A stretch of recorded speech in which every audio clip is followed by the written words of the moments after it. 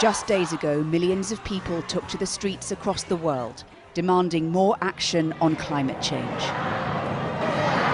Now leaders gather at the United Nations in New York, where Luis Alfonso De Alba is in charge of the climate summit. His message: the Paris Climate Agreement is no longer enough.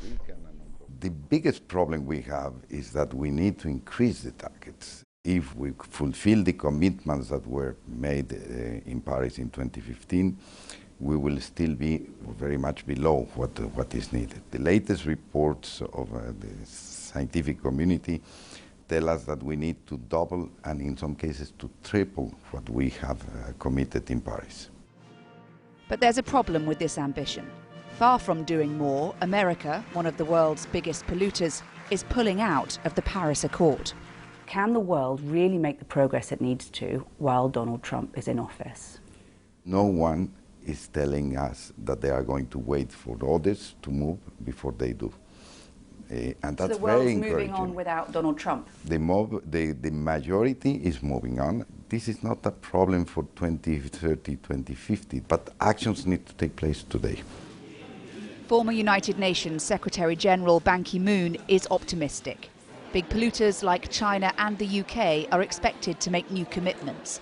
And eventually, he thinks the US will fall into line. I'm sure that United States will have to return to this, because climate change does not respect the national borders. United States is just one of there's a planet Earth. The nature does not negotiate with the human society. But there are other geopolitical headwinds creating challenges.